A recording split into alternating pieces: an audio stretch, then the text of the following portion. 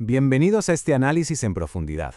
Hoy entramos de lleno en la segunda parte de la famosa teoría del let them, o la teoría de dejarles ser. Hace muy poco exploramos la primera parte de este concepto, y la verdad nos dimos cuenta de algo bastante incómodo sobre la naturaleza humana, y es que basamos una cantidad desproporcionada de nuestro tiempo intentando controlar a los demás. Pero hoy vamos a dar un paso más. Vamos a ver cómo aplicar estas enseñanzas para transformar nuestra realidad del día a día, mezclando el crecimiento personal con un toque de estoicismo. Así que vamos a tomarnos nuestro tiempo, porque las ideas que tenemos por delante requieren que nos detengamos a pensar de verdad. A ver, entremos en materia. Cuando por fin soltamos el control, cuando por fin abandonamos esa necesidad agotadora de que los demás actúen exactamente como nosotros queremos, aparece un vacío. Es un espacio casi incómodo, ¿verdad? Y la pregunta que nos asalta inevitablemente es, bueno, ¿y qué hacemos ahora con toda esta energía recuperada? ¿Qué hacemos con todo ese tiempo y esfuerzo mental que nos sobra cuando dejamos de perseguir la aprobación ajena o de intentar cambiar al mundo entero? Esta es la gran incógnita que resuelve la segunda mitad de la teoría, y es el punto exacto donde dejamos atrás la filosofía de salón y pasamos a la acción pura y dura. Sección 1. El poder de Let Me. Porque, ojo, el objetivo de decir déjales nunca consistió en ignorar a la gente o volvernos personas frías y calculadoras. ¿Qué va? El verdadero propósito siempre fue recuperar nuestra propia energía. Cada minuto que gastamos intentando controlar a otra persona es literalmente un minuto que le estamos robando a nuestra propia evolución. Así que después del let them, llega una fase crucial que la autora define como let me, es decir, déjame a mí. Esta es la fase activa. Significa asumir la responsabilidad total de construir nuestra vida, tomar nuestras decisiones y poner nuestros propios límites. Es el momento de decir, déjame perseguir mis metas, déjame elegir mi actitud. Básicamente, es dejar de ser víctimas de las circunstancias para convertirnos en los arquitectos de nuestro destino. Funciona como un imán gigantesco. La verdadera libertad emocional no va de aislarse del mundo ni de romper con nuestros seres queridos. Consiste en hacernos cargo, en entrar de lleno en nuestro propio poder. Cuando toda esa energía que antes desperdiciábamos frustrándonos por lo que hacían los demás, la redirigimos hacia nuestra salud, nuestro trabajo o nuestro propósito, la transformación es sinceramente innegable. Sección 2. El valor de la responsabilidad. Esta segunda parte de la teoría nos trae un mensaje que escuece un poco, pero que es súper liberador, y es la cruda realidad de que nadie va a venir a rescatarnos, ni nuestros padres, ni nuestra pareja, ni el jefe de turno. Todos solemos caer en la misma trampa. Vivimos esperamos a sentirnos preparados, a tener confianza total, a estar motivados o a que las condiciones sean absolutamente perfectas. Pero claro, la confianza no funciona así. No aparece antes de actuar, aparece después. Si nos quedamos estancados esperando el momento ideal, el tiempo pasa de largo. El verdadero salto de nivel ocurre cuando decidimos actuar antes de sentirnos listos. Y es que cuando aceptamos al 100% que nuestra vida es única y exclusivamente nuestra responsabilidad, ocurre algo mágico. Dejamos de esperar. En ese mismo instante empezamos a avanzar. Al entender que no somos sujetos pasivos esperando a que el viento sople a favor para ser felices, recuperamos las riendas.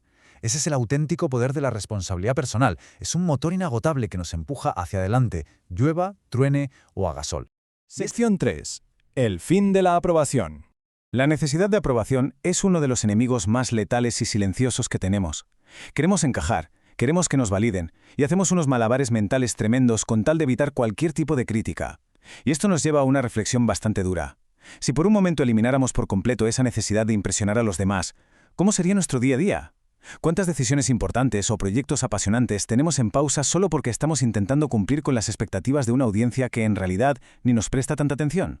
Mientras buscamos esa validación, la vida de verdad se nos queda en la sala de espera. La salida a este bucle es liderar una revolución silenciosa, empezar a construir una vida verdaderamente auténtica.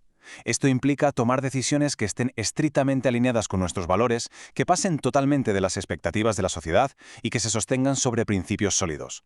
Cuando logramos esto, la opinión de los demás pierde toda su fuerza y de repente nos quitamos un peso enorme de los hombros. Sección 4. Los límites no son egoísmo. Hay un malentendido gigante con todo este tema. Muchísima gente cree que poner límites es un acto de egoísmo o de hostilidad hacia los demás, pero la realidad es radicalmente opuesta. Poner límites es puro autocuidado. Y no ponerlos no te hace más generoso, te hace caer en el abandono personal. Cada vez que decimos que sí cuando nuestras entrañas nos gritan que no, nos estamos traicionando.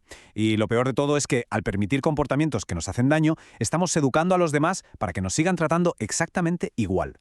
O sea, los límites no son un muro de hormigón que construimos para aislarnos. Son un manual de instrucciones. Se los entregamos a las personas que realmente valen la pena para que puedan entendernos y respetarnos. Quien se ofende porque pones un límite suele ser precisamente la persona que se estaba beneficiando de que no lo tuvieras. Sección 5. La conexión con el estoicismo. Es fascinante analizar esta psicología tan moderna y darse cuenta de que conecta directamente con ideas de hace miles de años. Por un lado tenemos a Epicteto, que no se cansaba de repetir que debemos distinguir muy bien entre lo que depende de nosotros y lo que no. Por otro, al emperador Marco Aurelio, recordándose a sí mismo cada día que no podía controlar las acciones de los demás, solo su propia virtud. Y finalmente vemos cómo esta teoría moderna adapta esa misma sabiduría al siglo XXI. La esencia es exactamente la misma: aceptar de forma radical lo que no podemos controlar y adueñarnos con toda nuestra fuerza de lo que sí está en nuestras manos. Sección 6. 3 grandes lecciones finales. Después de todo este recorrido, podemos destilar esta filosofía en 3 reglas de oro que son súper prácticas. Número 1.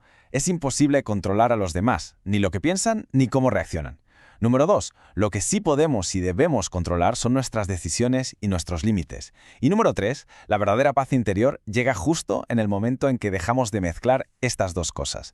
Suena muy simple en la teoría, ¿verdad? Pero dominar esto en el día a día, con el estrés y las relaciones complejas, requiere muchísima consciencia y muchísimo valor. Llegados a este punto, toca hacer un poco de examen de conciencia. Si miramos nuestra vida ahora mismo, de forma totalmente sincera, ¿qué es lo que más energía mental y emocional nos está robando? Básicamente existen 4 agujeros negros por los que se nos escapa la energía. Opción A: intentar cambiar a alguien que claramente no quiere cambiar. Opción B: intentar agradar a todo el mundo, moldeando nuestra personalidad. Opción C: intentar demostrar lo que valemos constantemente. O opción D: compararnos sin descanso con el éxito de los demás. Identificar en qué trampa estamos atascados es el primerísimo paso para aplicar el Let Me y recuperar nuestro poder. Y cerramos este análisis con una reflexión que da justo en el clavo. La paz comienza cuando dejas de intentar ser el manager de la vida de los demás y te pones a dirigir la tuya. No hace falta convencer a nadie, ni salvar al mundo, ni lograr que todos nos den la razón. Solo necesitamos el valor de vivir bajo nuestros propios principios, aunque a veces nuestro entorno no lo entienda. Esa es la verdadera libertad emocional. Así que, con toda esta nueva energía que acabamos de recuperar, ¿cuál es el primer gran límite que vamos a establecer hoy?